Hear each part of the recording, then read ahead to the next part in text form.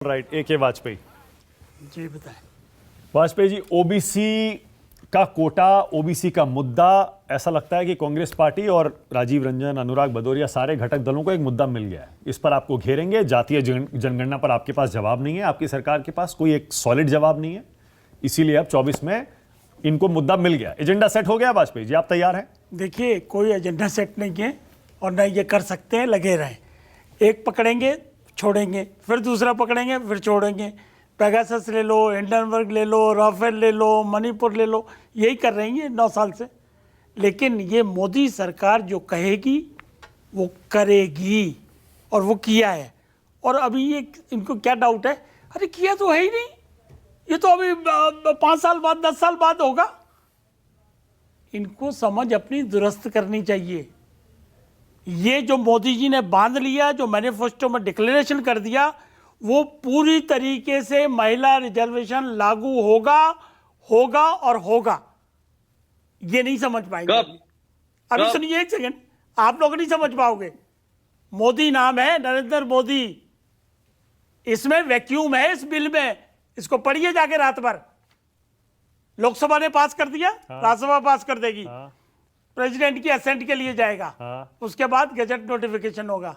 इस सरकार ने जो काम किए हैं, आगे नहीं बोलूंगा, आप देखते रहिएगा।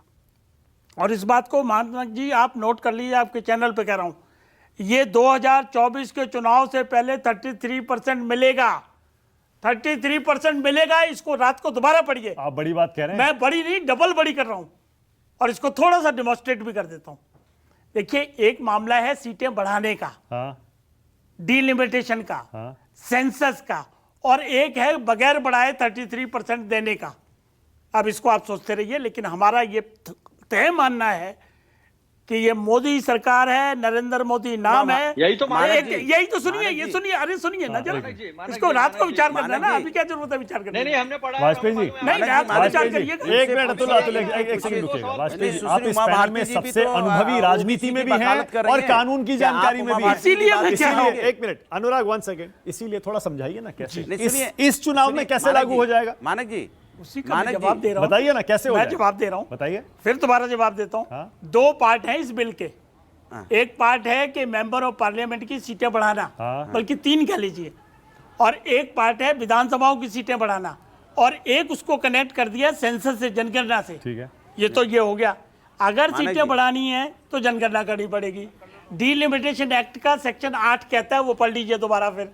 और अगर हमको सीटें नहीं बढ़ानी है, मान तो 543 ही रखनी है, और हमको विधानसभा में नहीं जानी है, तो हमें करने से कौन रोक लेगा? गजट नोटिफिकेशन होना, माय डियर। आप इसको समझते रहिएगा। मैंने इशारा काफी कर दिया आप लोगों के लिए। नंबर 1, अब आप करते रहना, पढ़ लेना इसको। आप दूसरा आ जाइए। ये जो सवाल पूछ रहे हैं हमसे जो सवाल पूछ रहे हो भैया आप लोग, नहीं, आपके पास सेंटर में 1 सेकंड यार, मानक जी, अनुराग 1 सेकंड, वाजपेयी जी खत्म कर लेना। आप तो बोले, हम तो बोले नहीं। 2011 में 2011 के डाटा इनके पास हैं। ये सरकार में 14 तक थे, इन्होंने क्यों नहीं आउट करे? ये हमसे उल्टा सवाल पूछ रहे।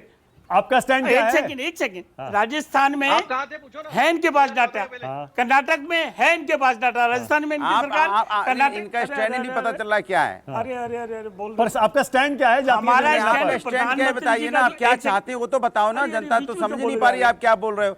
आप कंफ्यूज क्यों हो? आप बताओ ना, आप क्या चाहते हो? रामविलास जी की पार्टी क्या चाहती है? सुन तो लो ना। वही बता रहे हैं। ये लाभ मिलना चाहिए आरक्षण का कि नहीं? हाँ या ना? अरे सुन तो लो ना, हाँ या ना में नहीं होता क्वेश्चन पेपर। नहीं, उमा भारती जी इसका विरोध ओबीसी नहीं, ओबीसी की जो बड़ी नेता है उमा भारती जी, वो खुद ही कह रही है ओबीसी का कोटा होना चाहिए। तो क्या उमा भारती जी की बात भी नहीं मानेंगे? वो तो महिला है। 2 सवाल है अनुराग, 1 सेकंड, 2 सवाल है आपके